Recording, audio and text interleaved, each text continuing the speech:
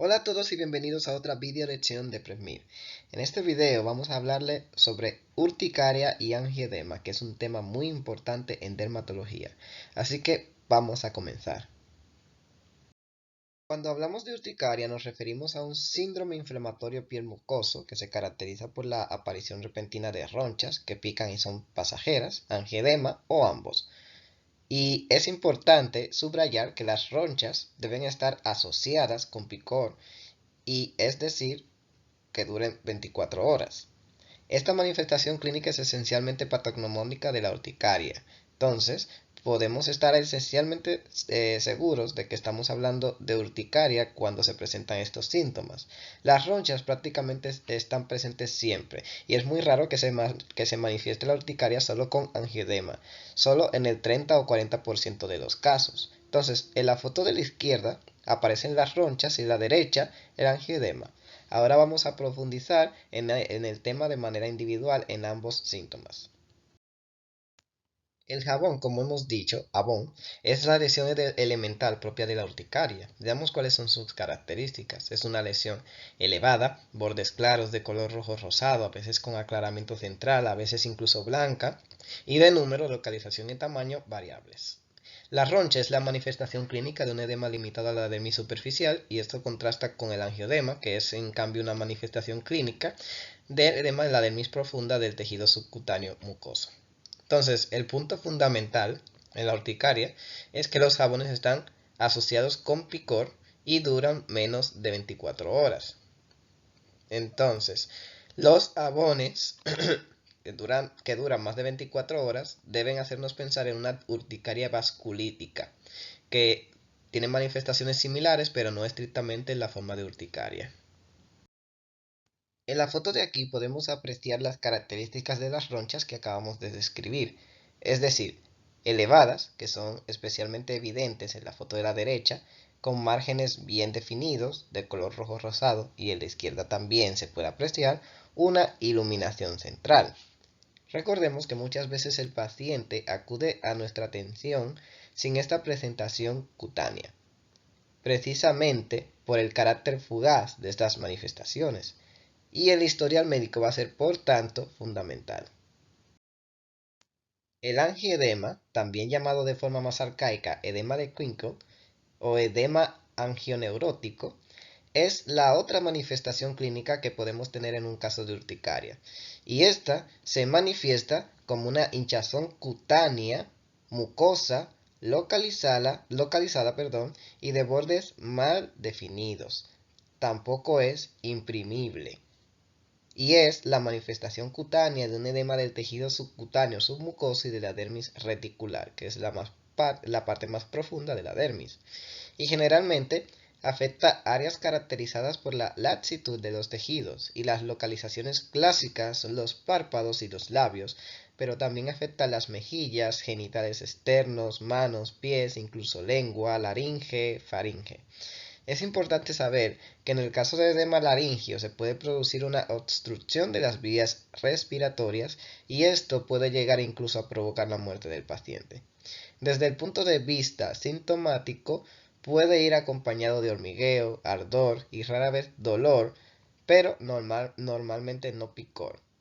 Y a diferencia de las ronchas, prácticamente siempre están presentes las ronchas y están presentes en el 40% de los casos de urticaria. En esta foto podemos apreciar el angioedema en sus localizaciones típicas, que son labios y párpados. Veamos ahora la patogénesis de la urticaria, es decir, cómo llegamos a las manifestaciones clínicas que hemos descrito.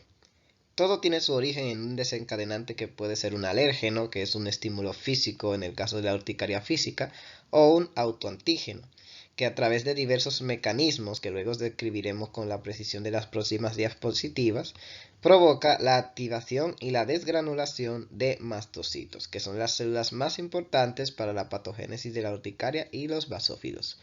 A esto le sigue la liberación de histamina, que es la principal molécula para la patogénesis de la urticaria, lo que provoca vasodilatación y aumento de la permeabilidad de los vasos con la consiguiente extravasación de plasma y formación de edema. Dependiendo de si estos pasos tienen lugar en la dermis superficial o en la dermis profunda e hipodermis, tendremos como manifestación clínica ronchas o angioedemas respectivamente. Si en un cuestionario le preguntaran si el sistema de complemento y la cascada de coagulación también desempeñan un papel, la respuesta es sí.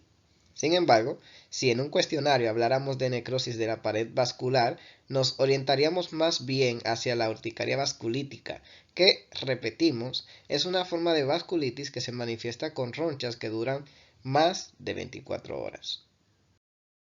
¿Cuánto tiempo se trata el mecanismo de acción de los desencadenantes? Bueno, esto lleva a último lugar en la cascada de eventos y eso lo tenemos descrito y es este poder inmunomediado o no inmunomediado. El mecanismo mediado por el sistema inmunológico es el inmunomediado e implica dos tipos de hipersensibilidad, que es hipersensibilidad tipo 1 o hipersensibilidad inmediata, que es mediada por IgE. En todo caso, si se desarrollan en estas dos fases, y la primera fase es llamada la fase de conciencia y si verifica la síntesis de IgE en específico de una determinada persona antígeno y la fijación del fragmento de estos anticuerpos contra receptores de membrana sobre la superficie de mastocitos y basófilos hace que la primera fase actúe. Ya en la segunda fase hay una reformulación al antígeno y la interacción del antígeno con IgE fijado en la membrana, pues descarrila a la cascada de modificaciones móviles con las consiguientes degranulaciones de mastocitos y liberación de mediadores proinflamatorios, que especialmente en este interviene la histamina. El otro tipo de hipersensibilidad involucrada en la patogénesis de urticaria es la hipersensibilidad tipo 2B. Y en este caso, ellos tienen autoanticuerpos IgG que van a actuar directamente sobre los receptores de mastocitos o IgE se une a ellos y los activa. Y si este último tipo de hipersensibilidad está involucrado, tendremos una prueba de seropositiva. Y no es otro que una muestra de sangre que viene en suero y luego se reinyecta en la dermis del paciente y resulta positivo. Aquí vemos en la figura la representación de dos mecanismos de hipersensibilidad que acabamos de describir, el autoinmuno tipo 1 y el tipo 2B. Vamos ahora a los mecanismos de acción que son no mediados por el sistema inmunológico. Por ejemplo, la activación de mastocitos después de estímulos físicos o emocionales. También la activación directa de los mastocitos por fármacos, agentes de contraste, pseudoalérgenos y otras sustancias. Y en este caso, la activación es directa y no implica mecanismos mediados por el sistema inmunológico o inhibición mediada por fármacos de la COX-1 con el consiguiente aumento de leucotrienos y desarrollo de urticaria. Hay tampoco el contacto directo con sustancias de ortiga, sí.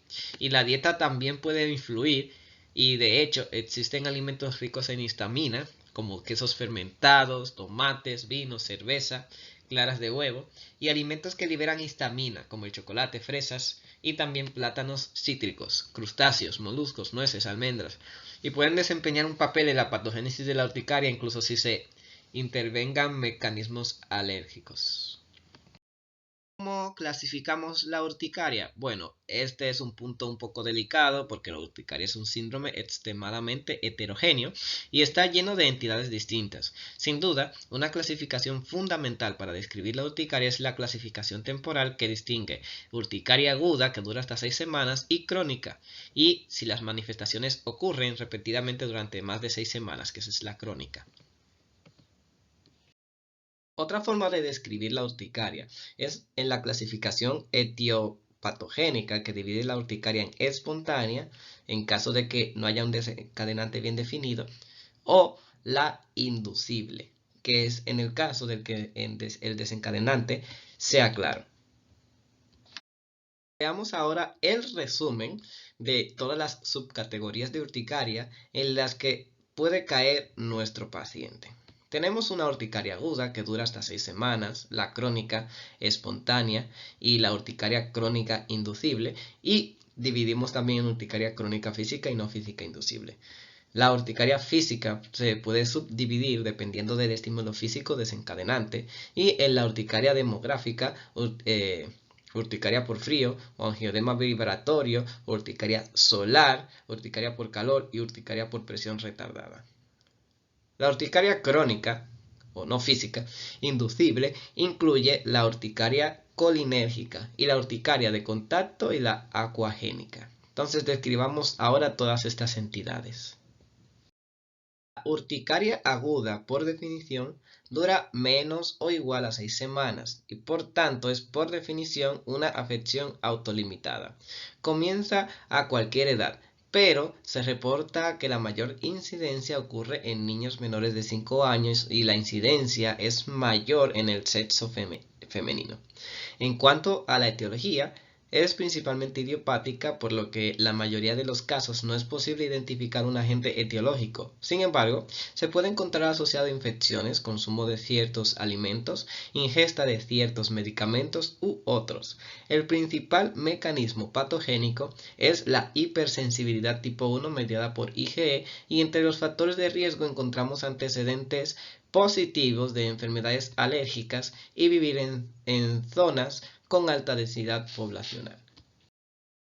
Entonces tenemos la urticaria crónica, que es menos frecuente que la urticaria aguda y por definición dura más de 6 semanas. Esta afecta principalmente entre 30 y 50 años con una relación, claro, las mujeres, femenino-masculino de 2 a 1. También, en este caso, es principalmente idiopática y también puede tener una patogénesis autoinmune.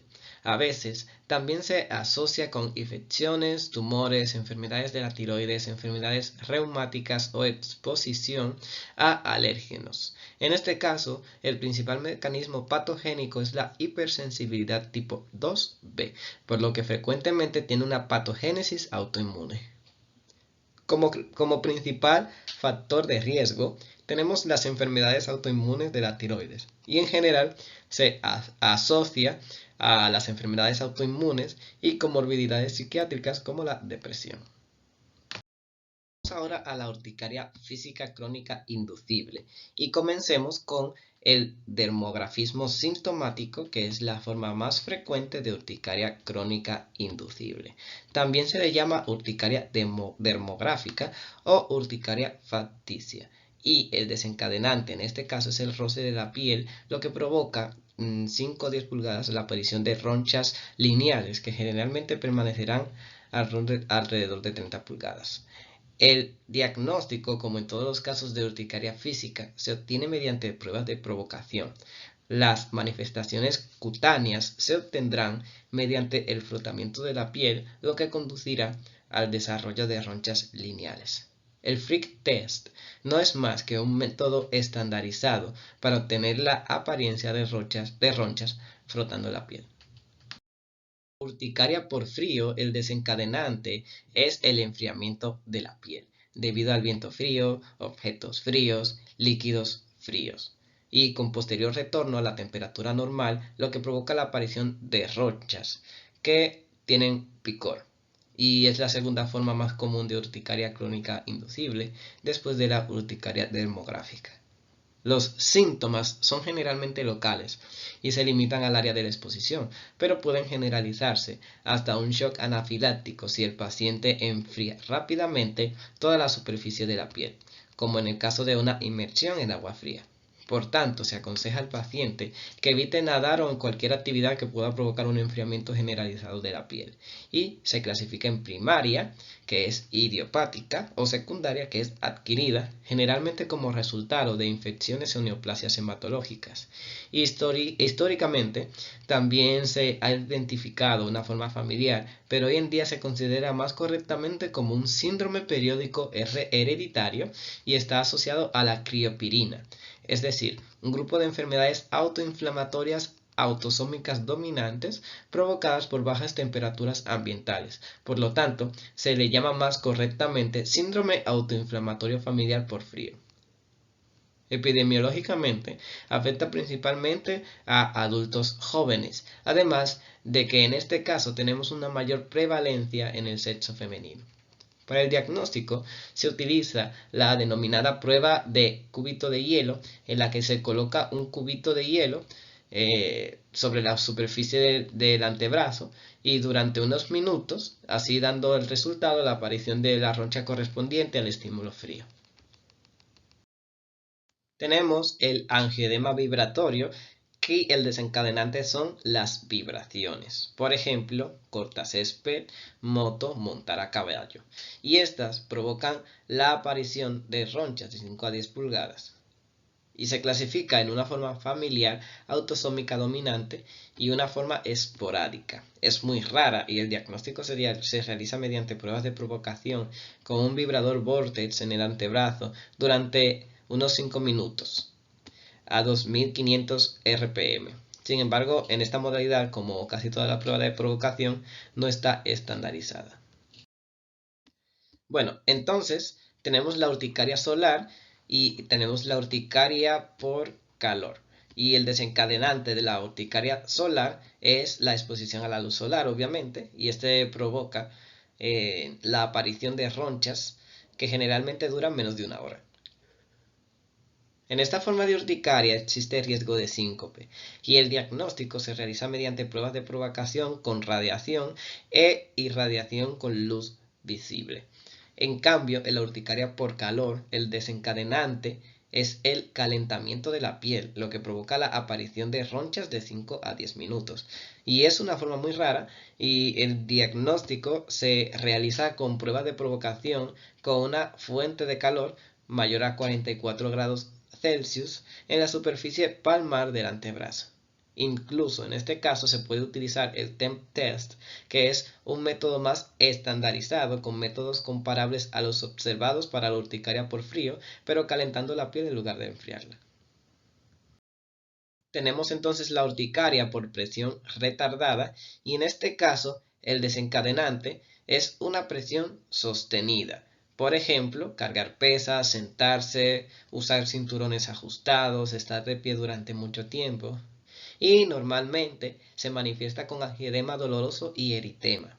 El inicio se produce entre 6 y 8 horas después del estímulo y es la única forma de urticaria inducible que no aparece menos de 10 pulgadas y puede asociarse a síntomas sistémicos y la afección cutánea puede resistir hasta por 72 horas.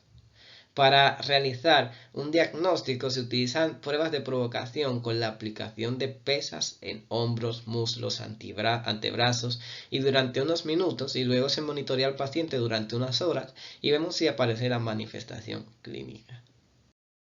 Veamos ahora juntos la urticaria colinérgica y es una de las formas más importantes de urticaria crónica inducible porque junto con la urticaria dermográfica y la urticaria por frío es una de las formas más comunes. En este caso, el desencadenante puede ser un ejercicio físico, baños o bebidas calientes, estrés, fiebre, y esto provoca el desencadenamiento de una sudoración con una aparición de ronchas de 5 a 10 minutos.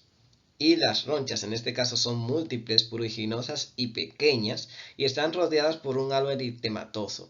Y es la única forma de urticaria que es más frecuente en hombres, especialmente en edades jóvenes. Y el diagnóstico se realiza mediante una prueba de esfuerzo o baño caliente. Entonces, ahí en la foto tenemos las manifestaciones clínicas clásicas que acabamos de describir, que son múltiples y pequeñas ronchas. Tenemos entonces la urticaria por contacto y en este caso el desencadenante es el contacto directo con el agente etiológico que puede determinar el desarrollo de las ronchas por diversos mecanismos. Existe un mecanismo inmunológico que involucra la hipersensibilidad tipo 1 que es mediada por IgE y en este caso tendremos ronchas que se extienden más allá de la zona de contacto y el principal factor de riesgo para el desarrollo de este tipo de urticaria es la atopia y el agente etiológico más común es el látex. También existe un mecanismo no inmunológico en el que los agentes urticantes exógenos, por ejemplo las hojas de ortiga, son los protagonistas. En este caso, las ronchas estarán más localizadas en el área de contacto con el agente picante y los principales factores etiológicos son los cosméticos, como el ácido sórbico, la carne, pescado crudos y los productos vegetales. En esta última forma de urticaria, el riesgo laboral juega un papel importante. En las categorías de trabajadores más afectadas son el personal sanitario con el látex, el sector agrícola, sector gastronómico con carne, pescado crudo, verduras y los peluqueros y electricistas. El diagnóstico se realiza mediante pruebas cutáneas y mediante la prueba RAST, que es una prueba de laboratorio utilizada en sangre que identifica IgE dirigida contra antígenos específicos. Urticaria acuagénica.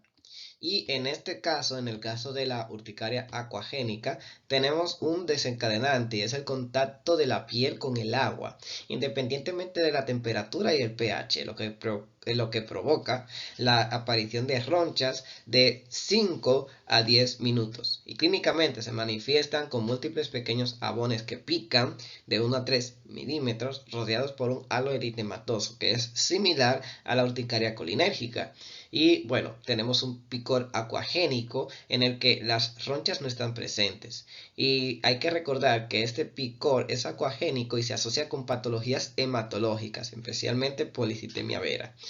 Es una forma muy rara de urticaria, bastante, y existe una variable que depende del agua salada. Y el diagnóstico se realiza mediante una prueba de provocación aplicando una toalla mojada a temperatura ambiente durante 20 minutos.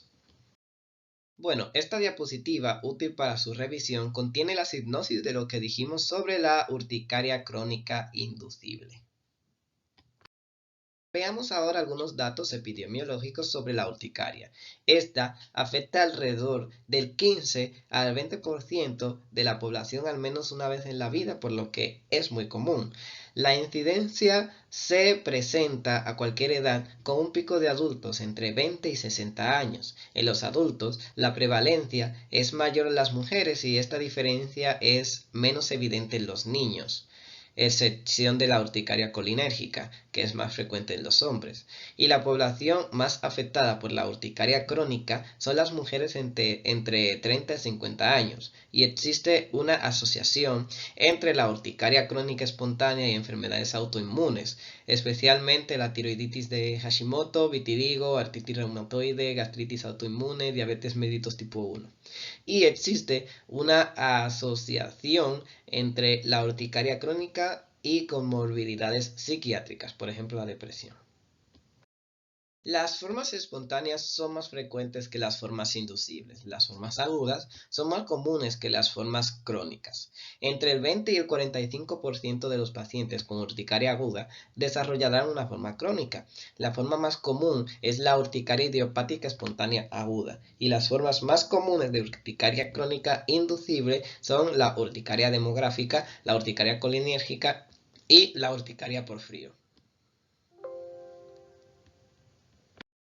Entonces vamos a hablar ahora del diagnóstico de urticaria. Este diagnóstico en general es simple y es clínico, mientras que el diagnóstico etiológico es difícil. Muchas veces no se identifica un agente etiológico y la urticaria permanece idiopática.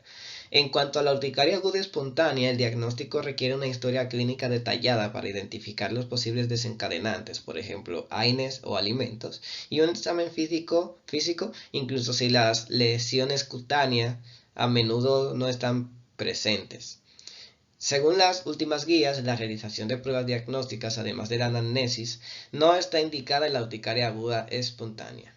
La excepción es si sospecha de una alergia en algún alimento o medicamento, y en este caso serán necesarias pruebas de alergia como el prick test, el RAS o prueba de provocación, que ya hemos hablado de esas anteriormente.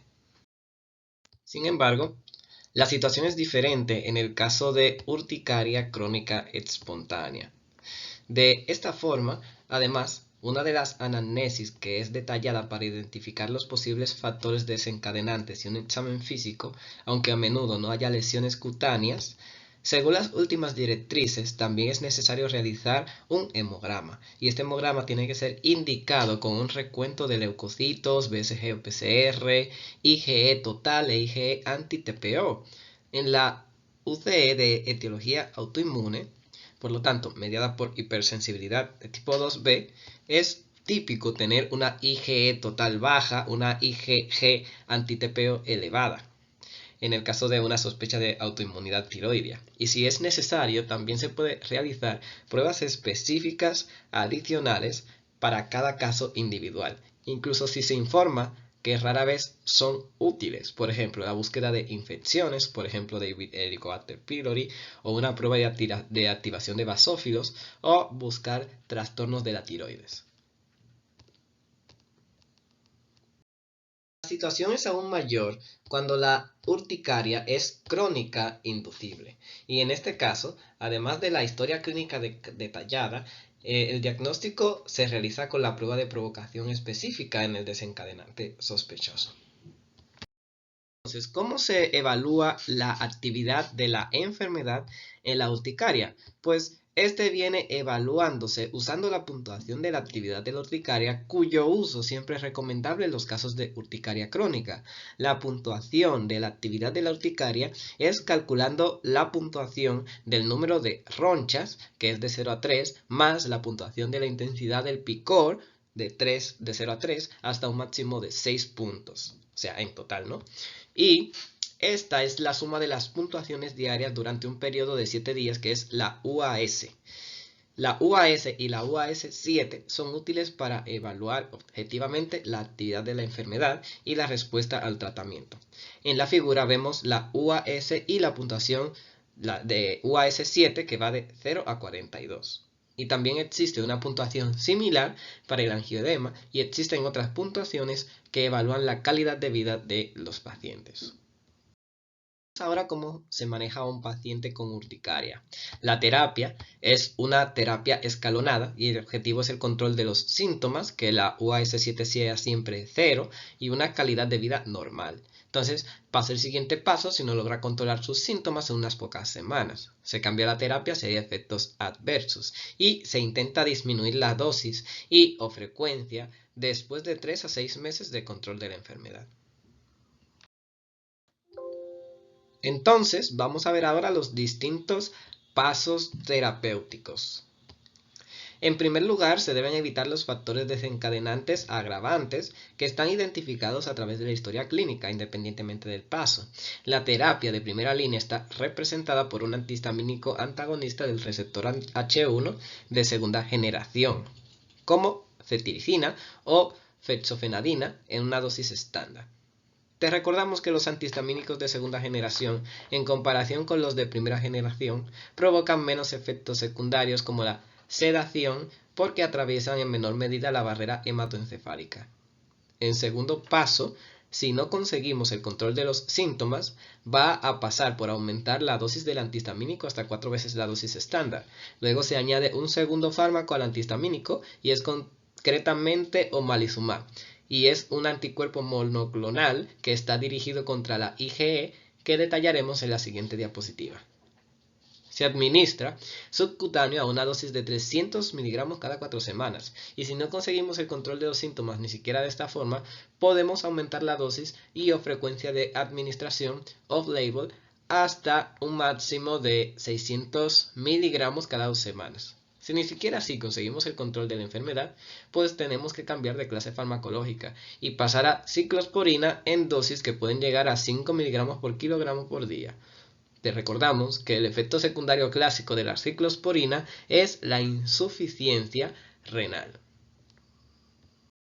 Entonces, en la terapia tenemos el omalizumab, que es un anticuerpo monoclonal anti-IgE humanizado, y este disminuye la IgE libre, lo que da resultado como una regulación negativa de los receptores de mastocitos y basófilos, lo que resulta en una disminución de la activación por IgE, IgE anti-FC o RI, o IgE unido a FC y RI. Entonces, la dosis inicial recomendada es de 300 miligramos subcutáneo cada 4 semanas y se puede aumentar a la forma no autorizada hasta 600 miligramos cada 2 semanas. Está aprobado para el tratamiento de urticaria crónica, en asma alérgica, rinosinusitis crónica con pólipos nasales también. Y les recordamos que a partir de la terminación de los fármacos biológicos se puede determinar si son quiméricos, humanizados o enteramente humanos. Y eso ya depende de los términos, obviamente. Si es CIMAP, si acaba en CIMAP, entonces es IG quimérica, que es rituximab, por ejemplo. Entonces, si es ZUMAP, es una IG humanizada. Y si es UMAP, es una IG humada. Por ejemplo, dupilumab. Otras patologías, y en estas se pueden manifestar ronchas y angioedemas y por lo tanto van al diagnóstico diferencial con urticaria. Tenemos la urticaria vasculítica y también la leucocitoclasis, y estas manifestaciones de enfermedad tienen urticaria y duran más de 24 horas. Y el diagnóstico en este caso se hace con una biopsia lesional y destaca la vasculitis. Entonces, la urticaria pigmentosa es la forma de mastocitosis cutánea más común, y el síndrome de Schindler es la enfermedad autoinflamatoria rara y es caracterizada por fiebres de dolor recurrente de huesos y articulaciones, agrandamiento de ganglios linfáticos, fatiga, presencia de componentes de IgM monoclonal, leucocitosis y una respuesta inflamatoria sistémica. El síndrome de urticaria angioedema eosinofílico es caracterizado por angioedema episódico con eosinofilia, fiebre alta, también hay aumento ponderal y a veces hay ronchas. También tenemos el síndrome de Well, que es una dermatitis granulomatosa con una eosinofilia y celulitis eosinofílica. Tenemos la enfermedad de Still, que al inicio de la edad adulta es una enfermedad inflamatoria rara multisistémica y es caracterizada por una etiología febril. Es desconocida, tiene artralgia y leucocitosis y tiene erupción. Tenemos los demás síndromes, que son publicaciones periódicas asociadas con la criopirina, y es un grupo de síndromes autoinflamatorios raros de base genética que ya tenemos, y hemos visto el síndrome autoinflamatorio familiar por frío, anteriormente clasificado como urticaria familiar por frío, el síndrome de activación de mastocitos, anafilaxia por esfuerzo, pemfigoide bulloso y angioedema mediado por bradicinina, y es clasificado en angioedema hereditario, angioedema adquirido y angioedema inducido por IgECA. Recordemos esto en angioedema y en urticaria, y hay una mediación de histamina.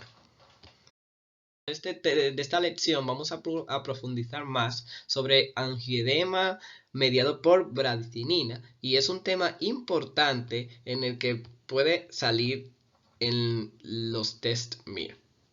Y este angioedema mediado por bradicinina es en contraposición a eso la histamina, y aquí vemos la urticaria, y la bradicinina es una molécula que es parecida a la histamina. Y esto determina la vasodilatación y aumento desde la permeabilidad basal que produce el angioedema.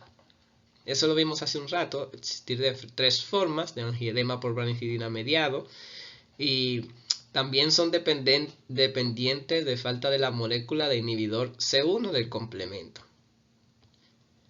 También la inhibición desde la calicreína, que es la molécula responsable desde la síntesis de la bradicinina, ocurre esto. Entonces, la falta de este inhibidor y la inhibición desde la calicreína, tendremos un acúmulo de bradicinina y tendremos angioedema. Entonces, el angioedema hereditario es una enfermedad autosómica dominante que está definida por una deficiencia cuantitativa tipo 1 o funcional tipo 2 de C1, que resulta en aumentar desde la bradicinina y causar angioedema. Entonces vamos a ver ahora cómo tratar un paciente con angioedema mediado por bradicinina.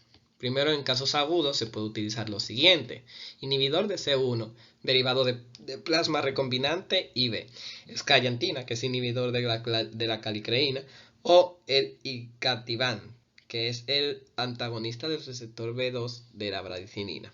Luego, si es necesario, obtener la vía aérea permeable con una intubación o cirugía. Si es necesario luego, entonces obtener una vía aérea permeable con estos mismos, y los antihistamínicos y los corticosteroides no son efectivos. Es posible que la adrenalina sea eficaz. La profilaxis a corto plazo también se utiliza antes de los procedimientos médicos o quirúrgicos. Y es de segunda línea el plasma fresco congelado. También tenemos la segunda línea, andrógenos atenuados, como por ejemplo el danazol, y este estimula la síntesis hepática de C1, pero tiene varios efectos secundarios. Entonces, la profilaxis a largo plazo se realiza mediante C1, INH, que es derivado de plasma IB, y también usamos el lanadelumab, que es una IgG plasmática anticalicreína, 300 miligramos cada 2 semanas, y también usamos berotalstat, que es inhibidor de la calicreína también.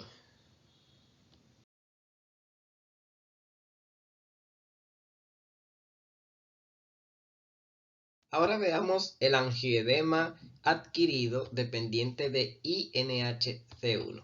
En este caso puede haber una deficiencia adquirida de INHC1 debido al consumo o la inactivación por aumento de la bradicinina con angioedema. Y el tipo 1 se asocia con enfermedades linfoproliferativas que provocan el consumo de C1 y NH, y el tipo 2 con enfermedades autoinmunes con formación de auto-IgE. Y el inicio es más tardío que en el angioedema mediado por bradicinina, y generalmente mayor de 50 años, y el angioedema mediado por bradicinina generalmente comienza dentro de los 20 años. Y en las pruebas de laboratorio tenemos una bajada de todos los índices que hemos visto, en particular el C1Q, que nos permite hacer diagnóstico diferencial con el angioedema mediado por bradicinina. Los síntomas son similares y la terapia implica el tratamiento de la enfermedad subyacente y un tratamiento igual al del angioedema mediado por bradicinina. Bien, en el angioedema inducido por IECA, la causa suele ser un IECA, pero también puede ser un bloqueador de los receptores de angiotensina. Y los niveles de C1 y NH y la funcionalidad de este con C4 y C1Q son todos normales. De hecho, la bradiquinina se acumula no solo debido a un problema de C1 y NH, sino que porque ya no es catabolizada por la enzima ECA, que normalmente es responsable de su eliminación, pero en este caso es inhibido por los IECA o por los ARA2 o los ARA, y los síntomas afectan principalmente a la cara y a la lengua, y tenemos un mayor riesgo de presentar esta forma mediado por bradicinina en pacientes afroamericanos y mujeres. Y la terapia implica la suspensión inmediata del fármaco responsable y el tratamiento de los ataques agudos similares a los observados por el anterior angioedema, que es el mediado por bradicinina. Y vemos un diagrama resumido de los resultados de las pruebas de laboratorio de los distintos tipos de angioedema mediado por bradicinina. También les recordamos que puede responder los cuestionarios relacionados con el tema en nuestro sitio web y en las aplicaciones para Android y iOS en la sección de PrepMirTube. Y usted encontrará una serie